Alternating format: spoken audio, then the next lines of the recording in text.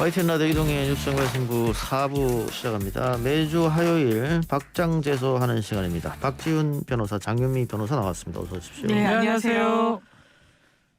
자, 어제 검찰이 화천대유 대주주인 김만배 씨를 조사했는데 아침에 또 그냥 보내줘서 이 조사를 제대로 하는 거냐 이런 얘기 있었습니다만 구속영장 청구했네요?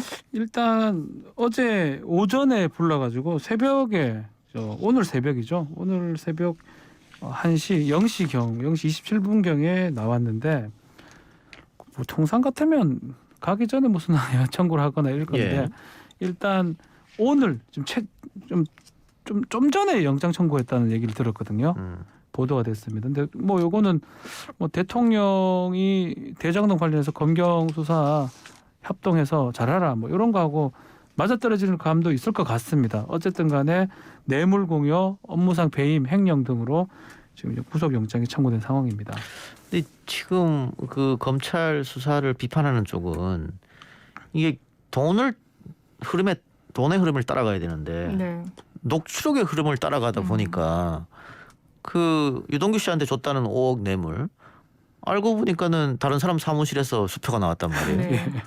그럼 그 녹취록만 따라간 검찰의 수사 잘못 아니냐. 경찰이 돈의 흐름을 쫓는다고 해서 뭐 여러 가지 압수수색이나 청구하면 기각하고 문제가 있다 이런 주장도 있습니다. 맞습니다. 사실 녹취록이라는 것은 형사소송 절차에서 그렇게 신빙성이 높게 평가되진 않는 증거물입니다. 왜냐하면 일단 뭐 취사 선택이 당연히 가능하고 가공되기도 하고 그런데 뇌물죄 같은 경우에는 준 사람이나 받은 사람이나 그 사실관계를 은닉하기 바쁘기 때문에 뭔가 그것을 폭로하는 녹취가 있다면 그 부분에 대해서는 당연히 수사기관으로서는 들여다볼 여지가 있는 거고 다만 여기서 거론되는 그 금액들 뭐 김만배 씨가 이야기했다는 뭐 정치권의 로비자금 실탄 명목으로 350억 원, 뭐 유동규에게 흘러갈 자금 700억 원 굉장히 허황된 자금 내용이긴 한데 문제는 실제로 곽상도 의원의 아들이 50억이라는 자금을 받았단 말이에요. 네. 그리고 경기 부지사 출신인 현직 국민의힘 의원이 6명의 실명을 또 거론하기도 했어요. 경기 부지사였기 때문에 아마 경기도권과 관련해서 상당히 많은 정보가 있을 거고 본인이 현직 의원인데 그렇다면 이렇게 거대한 자금 흐름과 관련해서 녹취에 의존해서 흐름을 훑을 수밖에 없는 그런 사정도 좀 있어 보이긴 합니다. 이미 얘기를 했죠. 녹취록이라는 거는 정영학한테 불리한 녹취록은 없다고 저는 생각이 듭니다. 네. 정영학한테 유리하고 그러면 그렇겠죠. 뭐 김만배랑 남욱이한테 불리한 얘기가 있을 수밖에 없는 상황이고 예. 그런데 그 녹취록에 근거해서 유동규를 구속을 시켰어요. 예. 그중에 지금 상당한 착오 같이 보이는 게 녹취록에 있는 5억을 지금 유동규가 줬다고 했는데 그 수표를 찾아보면 남욱이 사무실에 있습니다. 예. 말이 안 되는 거죠. 예. 그러니까 사실은 녹취록의 진실 여부는 따져보고 물증을 찾아가야 돼요. 계속 얘기하지만 계좌 추적을 한다든지 물건 흐름으로 가야 되는데 지금 녹취록만 따라당기다가 엉뚱하지는 않습니다. 엉뚱한 사유로 지금 구속이 된 결과가 된 거거든요. 근데 저는 처음에도 뇌물을 줬는데 수표로 줬다도 갸우뚱거렸거든요. 안 주죠. 누가 뇌물을 다 봅니까? 뇌물을 수표로 주진 않죠. 수표로 나 잡아가소라고 하면 똑같아요. 그래 어쨌든 이렇게 돼서 지금 검찰이 유동규 씨에 대한 구속영장을 열흘 연장했잖아요. 네, 그렇죠. 그 일각의 얘기는 아까 얘기했던 5억 원의 뇌물 같은 거 지금 반증이 나왔으니까 이 열흘 연장해서 과연 기소를 할 수 있겠느냐 이런 이야기도 하더라고요. 근데 저는 기소는 될 것이라고는 봅니다. 예. 일단 구속 기소는 정해진 수순이라고 보는데 예. 업무상 배임 상당히 뭐 입증하기 어려운 부분이 예. 있지만 지금 뭐 위례 신도시 관련해서 3억 받았다, 5억 받았다. 이 자금 흐름은 아마 이 단기간 내에 다소 불투명하게 밝혀질 수 있겠지만 사실상 뭔가 돈을 자신이 줬다라고 이야기하는 최소한 그것이 진실이든 아니든 공방은 이어지고 있지만 그런 증거가 있는 상황에서 이렇게까지 언론 주목도가 높은데 구속까지 해놓고 기소를 하지 않는다라는 건 사실상 검찰로서는 생각하기 어려운 선택지인 부분도 있고 실질적으로 저희가 수사 상황을 다 들여다볼 수 있는 상황은 아니지만 뭔가 또 언론에 구체적으로 나오지 않은 사실관계가 있을 수도 있습니다. 네. 그래요. 열흘 연장했으니까 그 안에 기소해야겠죠. 그렇죠. 뭐 지금 뇌물 8억 아니면 배임 부분이거든요. 지금 얘기하신 배임은 만만치가 않습니다. 예. 배임 해봤자 초과이익 환수 규정 그 얘기밖에 지금 안 나오고 있고 예. 뇌물 부분 중에 5억은 지금 좀 어려워 보입니다. 뭐 정영학이 착각했다 아니면 거짓말했다 둘 중에 하나인데 이거를 좀 중요한 얘기를 착각하기 가능성이 있을까요? 저는 없다고 보거든요. 그렇다면 이제 위례 3억 정도가 지금 남아 있는데 그것도 지금 물증이 없어요. 만만치 않은 상황이긴 한데 저도 장 변호사 말씀처럼 어쨌든 간에 검찰이 구속을 한 상황에서 만약에 풀어준다 최악이 된 결과가 되는 겁니다. 처음부터 구속을 하지 말아야 될 걸 구속한 거거든요. 예. 그런 경우까지는 좀 예상하기는 어렵다 예. 생각이 듭니다. 예, 그만큼 검찰로서는 이 남욱 변호사 사무실에서 뇌물 줬다는 수표가 나온 게 굉장히 당황스럽죠. 네. 근데 뭐 이거는 일각에서는 지금 두 군데서 수사를 하고 있거든요. 용산경찰서도 하고 있고 검찰에서 하고 있는데 용산경찰서는 벌써 알았다는 거예요. 저게 아닌데라고 싶어서 그러니까 지금 오늘 이제 대통령이 검경 좀 같이 하라는 예, 게 예. 이런 맥락도 아. 있는 거예요. 경찰 수사 패턴하고 검찰하고 다른 길로 가고 검찰은 녹취록만 따라가고 있고 경찰은 지금 계좌로 좀 갈라하는데 계좌를 또 막고 있고 그래서 합동을 해가지고 제대로 밝혀내라는 예. 취지가 아닌가 생각이 듭니다.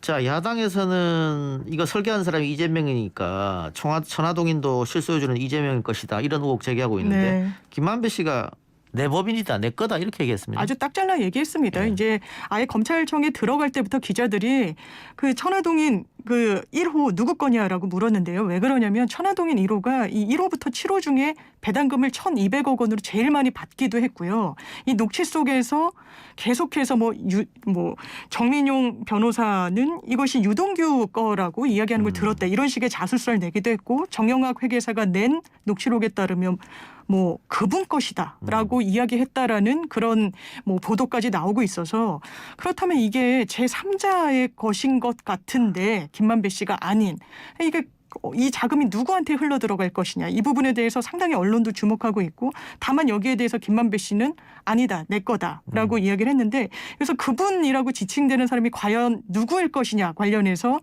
유동규는 김만배 씨보다 4살인가 5살이 어립니다. 그렇다면 이게 제3자를 그분이라고 칭하겠느냐. 이게 과연 누구냐. 이런 부분이 또 이 수사 과정에서 밝혀져야 될 부분입니다. 사실 이 사건의 본질적인 부분은 뭐 제가 파악한 바로 따르면 김만배, 남욱, 정영학 이 세 사람이 지금 다 해먹은 거잖아요, 사실은. 그 이익 배분 과정에서 틀어져서 그렇죠. 녹취를 한 거예요. 그건데 이익 배분이라는 건 뭐냐면 정산인데요. 정산을 왜 하냐고 가만 보니까 서로 로비를 다 해로 돌아다닌 것 같아요. 예. 내가 많이 로비에 돈 많이 썼다. 그래서 내가 좀 더 많이 묵어야 된다. 그런 얘기를 하는 과정에서 정영학이가 지한테 유리한 자료를 녹음한 걸로 보이고요. 예. 지금 김만배가 화가 났죠. 같이 해 먹어놓고 자기는 빼고 내만 먹은 것처럼 이렇게 하니까 김만배가 이거 내 거고 정영학도 문제된다 했는데 결국은 남욱이가 와야 됩니다. 남욱 변호사가 와야지만이 3명의 죄책이 다 정확하게 드러나지 않을까. 이 3명이 뭐 저는 파악하건데 모든 데 가서 로비를 했던 걸로 보입니다. 필요성이 있다면. 그러니까 이익 배분 과정에서 내가 이 사업을 위해서 이만큼 돈을 썼으니까 그렇지. 그거는 빼고 나한테 지급해달라 이거잖아요. 제가 봤을 때 예. 그겁니다. 예. 그러다 보니까 내가 누구한테도 5억 주고 누구한테도 10억 주고 그러니까 그거 빼고 더 달라. 이래서 사실은 그 녹취록을 믿을 수 없다 이렇게 되는 거죠. 네, 그렇습니다. 그렇죠. 그래서 경우의 수를 나눠보면 말씀하신 대로 진짜 막 300억, 350억이 로비 자금으로 흘러갔을 가능성 하나 예. 아니면 돈을 더 자기가 받기 위해서 이걸 지렛대로 삼았을 가능성 하나 저는 아마 실제로 로비 자금의 실체도 있는데 다만 그것이 과장되고 이 로비 자금으로 쓴 그 사실을 서로 간에 상호 간에 지렛대로 삼아서 더 많은 배당금을 가져가려고 복마전을 펼친 것이 사실관계에 더 부합하지 않을까 예. 하는 저도 생각을 그래 봅니다. 합니다. 아니 그러면 김만배 씨가 1,200이 넘는 배당금을 가져갔으니까 김만배 씨의 그 자금을 추적하면 네. 누구한테 흘러갔는지 알고 만일 절반이 그분 것이다 그 말이 사실이라면 그렇죠. 1,200억 중에 절반은 그분한테 갔을 거 아닙니까? 네. 근데 이제 그걸 따져야 되는데 지금 아직 거기까지는 검찰 수사가 이르지 못한 그러니까 것 본질적인 같고요. 부분을 빼버리고 정영학의 녹취록만 따라가다 보니까 지금 장 변호사나 제가 보는 그런 어떤 전체적인 측면에서 봐야지만 찾아낼 예. 수가 있는데 이래 되면 다른 길로 예. 갈 가능성이 있다라는 거죠. 그래서 김만배 씨가 정영학 씨가 녹취할 때 내가 녹취하는 걸 알고 네. 일부러 그 녹취에 독을 풀었다 뭐 이런 얘기를 했어요. 네, 독을 탔다라고 하는데 예. 처음에는 그랬죠. 녹취 사실을 알아서 내가 거짓 진술을 거기에 막 섞어놨다라고 했을 때 네. 이건 정말 말이 안 된다. 왜냐하면 녹취되는 걸 갈등을 겪는 상대방이 내가 말하는 걸 다 녹음하는 걸 알면 녹음하지 말라고 하거나 그 상황을 회피하거나 하는 게 굉장히 상식적인 건데 오히려 뭐 이상한 말을 했다? 그런데 저는 그 이후에 나온 보도를 보고 실제일 수 있겠다라는 생각이 든 게 아마 변호사 뭐 지금 뭐 호화 변호인단을 꾸린 걸 봐서도 법조계 인맥이 상당한 사람인데 예. 김만배 씨가 내가 이런 갈등을 겪고 있다. 그런데 내 음성을 녹음하는 것 같다. 왜냐하면 녹음도 굉장히 장기간에 걸쳐 이루어졌으니까요. 그랬을 때 변호사가 그렇다면 그 신빙성 자체를 아예 없애버리자. 그러면 굉장히 누가 봐도 나중에 확인했을 때 거짓인 사실관계. 김만배 씨에 따르면 뭐 A 대법관의 딸이 거주할 무슨 집을 마련하는데 예, 돈이 예. 들어갔다라고 하는데 실제로 A 대법관이란 사람은 없다라는 겁니다. 그런데 이건 대법관 14명의 이름을 다 아는 사람이 드물기 때문에 그 상황에서 그냥 넘어갔을 수 있어요. 그렇다면 이 사람이 김만배 씨가 자신의 어떤 말이 녹음되는 걸 알고 거짓을 했구나. 그렇다면 이 전체 녹음된 사실이 다 신빙성이 확 떨어져 버리거든요. 그렇죠. 예. 그래서 이런 식의 전략을 과거에 선택했을 수도 있겠다라는 생각이 듭니다.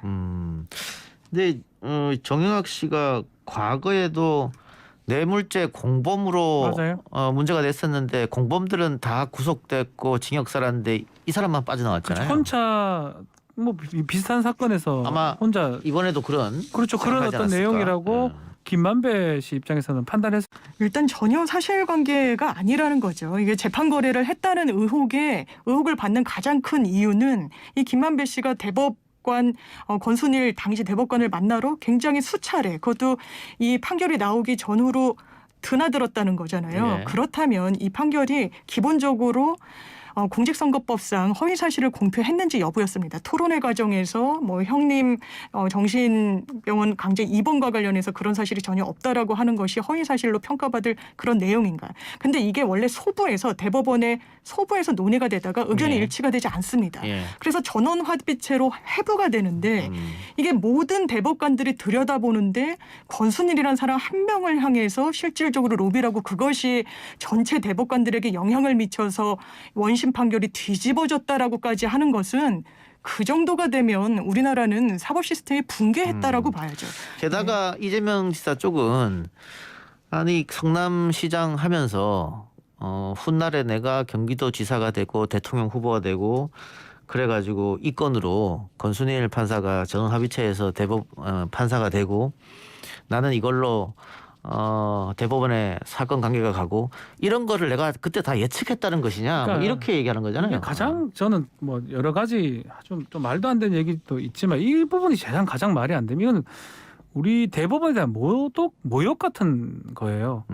지금 7대5가 되긴 했으면 원래 13명이 판단해야 되는데 한 명이 빠져가 7대5가 된 거는 맞는데 이 사실은 나머지 그러면 무죄했던 6명의 대법관은 뭐가 되면 또 이거는 법리적으로 충분히 무죄가 가능한 사실 범죄였거든요. 그 법리가 지금 만들어졌고요. 그냥 결론적으로 권순일이 무죄했다. 그리고 권순일이 이 5대5에서 6대5 만들 그 정도의 그 선임이었다. 그걸 갖고 이제 권순일이 자경했다라는 식으로 얘기를 지금 하는 건데 사실은 대법원장이 제일 마지막에 합니다. 대법원장이 만약에 유죄 의견을 냈으면 6대6이 되는 거거든요. 그러면 이거는 뭐 유죄가 되는 거죠. 그런 걸 갖고 지금 그냥 결론을 갖고 다 뒤로 껴 맞추는 격이 되는 거예요. 그러니까 권순일이 뭘 하천대유 갔으니까 돈 먹고 이거 해준 거 아니냐. 이렇게 결론 내는 거는 정말 저는 어느 도단이 아닌가. 일부 언론에서도 이런 얘기 계속 많이 하는데 사실은 저는 좀 이해할 수가 없습니다. 예. 자 그리고 또 하나가 김만배, 정영학은 뭐 녹취록을 제출했고 조사도 받았고 김만배는 이제 구속영장이 사전 구속영장이 신청이 됐고 또 한 명이 키맨 남욱은 그럼 어떻게 할 것이냐. 이 사람이 문제입니다. 예. 사실은 삼각이에요. 이 세 사람 중에 이 사람이 들어오면 정영학과 김만배의 잘못된 거를 최대한 많이 알고 있을 겁니다. 세 명이 같이 했기 때문에. 근데 남욱 이 사람 직전에 국내에 많은 돈을 두고 지금 여행 비자 비슷하게 미국으로 좀 떠나가 버린 상황이거든요. 예. 이제 법무부에서는 이제 외교부한테 이거 지금 여권 무효화 좀 해달라라고 요청을 한 걸로 지금 보이고요. 그럼에도 불구하고 지금 조현천 같은 사람은 아직까지 안 들어오고 있어요. 그래서 결국 하려면 본인이 자진 귀국하지 않는다면 인터폴이나 이런 걸 통해서 해야 되는데 인터폴이 뭐 그렇게 쉽게 작동하는 것도 아니고요. 그 자기가 자진 귀국 말고는 저는 사실 강제할 방법 없다고 보는데 국내에 이제 정영학이 이렇게 녹취록 내는 거 아마 남욱이 보고 있을 겁니다. 그 사람이 그걸 보면 그 국내에 지금 재산이 꽤 많거든요. 예. 로펌 같은 거 만들려고 하다가 지금 갔다고 하는 거 봤을 때는 그 돈도 지켜야 되고 그렇다면 결국은 본인 스스로 돌아오지 않을까. 그걸 아하. 예상을 해봅니다. 한국에 너무 많은 돈이 있어서 그렇죠. 그거를 그냥 두고 외국에 있지는 않을 것이다. 저라면 뭐 좀 감옥을 좀 가더라도 일단 한국에 돈을 찾긴 찾아야 되고 또 안 그러면 다 본인이 총을 맞아요. 다 이 사람이 한 걸로 될 것 같거든요. 돌아오지 맞습니다. 않는다면 예, 그렇기 때문에 전 자진해서 돌아올 가능성도 아직 있다 생각이 왜냐하면 듭니다. 수사선상에 피의자로 지목되는 사람들이 다수 있고 갈등 관계가 얽혀 있는 경우에 한 명이라도 주요 피의자가 해외에 체류하면 이 사람들이 모든 책임 그리고 확인하기 어려운 그런 책임들을 해외에 있는 사람한테 모으는 경우가 상당히 많습니다. 사건에서. 뭐 외국에서 일어났거나 외국인이 관여되면 더할 나위 없이 그렇게 진행을 하는데 그렇다면 남욱 변호사로서는 이 사건이 지금 불똥이 어디로 튈지도 모르고 서로가 서로에게 너가 로비를 했니 내가 로비를 했니 이야기하는 그 국면 속에서 본인이 본인 주장을 수사 과정 중에 관철시키지 않으면 이게 본인이 굉장히 위험해질 수가 있는 겁니다. 형사적으로. 그렇다면 자신이 제대로 방어하기 위해서라도 한국으로 귀국할 수밖에 없을 거다 이렇게 생각합니다. 예. 자, 우리 아까 정영학 씨의 그 녹취록 이야기를 좀 했는데 어쨌든 지금 이것 때문에 수사가 시작은 됐고 유동규 씨가 구속은 됐습니다만 녹취록에 문제가 많다가 드러났잖아요. 정영학 씨는 그럼 다시 불러서 조사해야 되는 거 아닙니까? 당연히 그럴 겁니다. 해야죠. 예, 정영학 씨와 관련해서 김만배 씨의 어제 검찰에서의 진술이 이 녹취는 가공되고 편집되고 본인에게 유리하게 짜깁기가 됐다라는 취지로 이야기를 했습니다.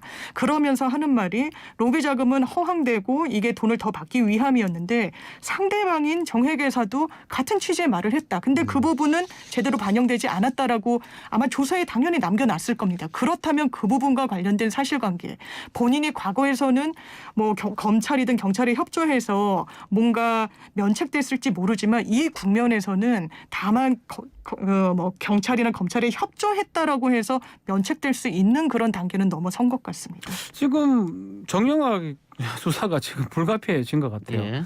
김만배 씨의 구속영장 여부는 아직 정확하진 않지만 만약 김만배 씨가 구속이 된다면 또 김만배 씨 입장에서는 정영학 씨한테 모든 것을 돌릴 수밖에 없는 상황이거든요. 어쨌든 간에 정영학 씨 진술이 지금 틀어지고 있는 이상 정영학 씨 수사도 곧 더 이뤄질 것 같고요. 필요하다면 정영학 씨도 구속이 돼야 되겠죠. 예, 알겠습니다. 유동규 전 법무부장이 버렸다고 하는 휴대전화는 확보했습니까? 자, 지금 이것도 좀 애매한데요. 지금 경찰이 지금 확보를 했다라고 합니다. 실제로는 뭐 검찰에서는 아니면 보도상으로는 휴대전화를 버렸다고 했는데 또 검찰에서는 그런 부분 확인을 못했다고 했는데 최근에 경찰이 CCTV를 확인해서 이 최신 기종 휴대전화를 줍는 어떤 시민을 발견하고 그 사람을 확인하니까 유동규 씨의 휴대전화다라고 확인을 했다고 지금 밝혀져 있습니다. 예. 그 최근에는 뭐 대부분의 핵심 증거가 휴대전화에 들어있는 거 아니에요? 네, 완전히 휴대전화에 모든 게 들어있다라고 해도 과언이 아닐 정도로 휴대전화는 굉장히 중요한 물증인 건데 그 부분과 관련해서 최근에 사용했던 폰은 뭐 경찰이 확보한 걸로 보이는데 과거에 그러니까 이 사업 초기에 설계하고 사업에 관여했을 당시 2014년도 15년도에 사용했던 그 휴대전화는 수사기관이 확보를 하지 못했습니다. 지금 이게 제3자한테 있는 걸로 보고 있는데 지금 그 행방이 어떠한지 아마 그것을 찾는데도 상당히 수사력을 집중할 걸로 보입니다. 예. 근데 뭐 우리 검찰 출신 인사들이 네. 아주 좋은 걸 가르쳐 줘가지고 휴대폰은 제출하지 않거나 비밀번호를 안 내면 그만이다. 이걸 알려줘서. 네. 그럼 그걸 뭐라 할 것도 아닌 거예요. 네. 수사하는 주체가 그렇게 자꾸 했기 때문에 사실은 뭐 유동규 씨 뭐 개인의 또 직접적인 증거인멸은 처벌할 수가 없습니다. 뭐 개인의 자기 범죄에 한해서는 어쨌든 간에 예전 휴대전화가 중요할 거예요. 2014년, 15년 아니면 그 전에. 근데 그쪽 휴대전화는 지금 확인을 못한 것 같고요. 확보한 전화는 최신 기종이라 하는 거 봤을 때는 최근에 구입한 기종이 아닌가 이렇게 보입니다. 알겠습니다. 하나 더 해봅시다. 고발사주 의혹의 참고인 조사가 이어지고 있는데 김웅 의원도 조사해야 되는 거 아닙니까? 아마 칼끝이 지금 김웅 의원을 향해서 점점 잡혀져 오는 그런 예, 양상입니다. 지금 여기는 뭐 녹취록이 독이 타지 않았으니까. 예, 전혀 기억이 나지 않는다는 것으로 이제 일관을 하고 있는데 일단 최근에 그 공수처에서 부른 조상규 변호사라는 사람이 있습니다. 그 당시에 그 고발장 초안을 정점식 의원에게 전달받아서 직접 고발장을 작성했다라는 사람인데 이런 정당에서 운영하는 법률 지원단 소속 변호사들 같은 경우에 이게 그냥 무료 봉사입니다. 거기에 이름을 걸고 나중에 이제 정치를 하고 싶은 분들이 많이 관여를 하는데 초안을 받은 상황에서 굉장히 애써서 고발장을 작성하지는 않았을 겁니다. 예. 그러니까 오타를 조금 수정하고 서술어 같은 걸 좀 바로잡는 그 정도. 그러니까 최근에 소환된 조상규 변호사가 나한테 묻지 말고 나한테 준 그 정점식 의원에게 확인해봐라 라고 하면서 본인은 크게 관여하지 않았다는 취지로 이야기를 했거든요. 그렇다면 지금 정점식 의원실 압수수색했고 당사자인 조상규 변호사 뭐 고발장을 작성했다라고 하니까 다 불러서 조사를 했으면 그러면 누가 남았느냐. 남은 것은 사실 김웅 의원과 윤석열 전 총장입니다. 그래요. 그래서 아마 시간 문제일 것이지 부르기는 할 것이다. 네. 예. 자, 그런데 김웅 의원의 그 녹취록에 등장하는 우리가 알아서 하겠다. 이게 검찰을 뜻하는지 국민의 힘을 뜻하는지 누굴 뜻하는지 해석이 분분하죠. 그렇죠. 검찰에서 나온 지는 석 개월 정도 됐으니까 석 달 정도 됐으니까 우리가 검찰을 말할 수도 있고 뭐 다른 것들 얘기할 수도 있고 근데 그 뒷부분이 좀 중요하지 않을까 생각이 들어요. 서울 남부지검에 얘기했다가 다시 전화해서 대검으로 하라고 했던 부분들 결국은 조성은 씨 진술이 이제껏 다 맞게 복구가 된 거거든요. 김웅 의원이 얘기했던 거는 다 지금 틀리게 됐습니다. 기억이 안 난다고 얘기를 하긴 했지만 그런 걸 봤을 때는 조성은 씨 진술하고 더하기 해서 이 복구된 어떤 전화 내용 거의 유사하다고 봤을 때는 그 우리가 검찰로 좀 추측할 수 있는 부분도 있지 않을까 싶습니다. 예.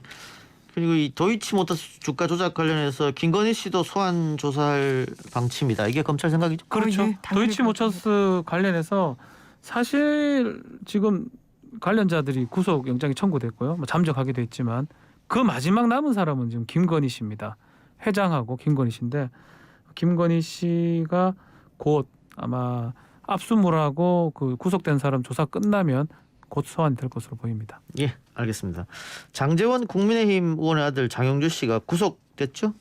예, 구속됐는데요. 오늘 영장실질심사가 예정돼 있었기 때문에 오전에 아마 되게 밤에나 그 결과가 나올 거다 했는데 본인이 일단 불출석했습니다. 영장실질심사에 임하지 않은 건데 그 이유와 관련해서 본인이 반성하는 마음으로 사죄하는 마음으로 영장실질은 포기하겠다라고 했는데 이게 뭐 이례적이긴 한데 조국 전 장관의 동생 같은 경우에도 영장실질심사 포기했던 전례가 있거든요. 그러니까 뭔가 사죄하는 마음을 재판부에 드러내기 위해서 내가 그냥 구속영장을 발부하더라도 용인하겠다. 그냥 수용하겠다라는 뜻을 내비치는데 전략을 짠 것 같습니다. 예.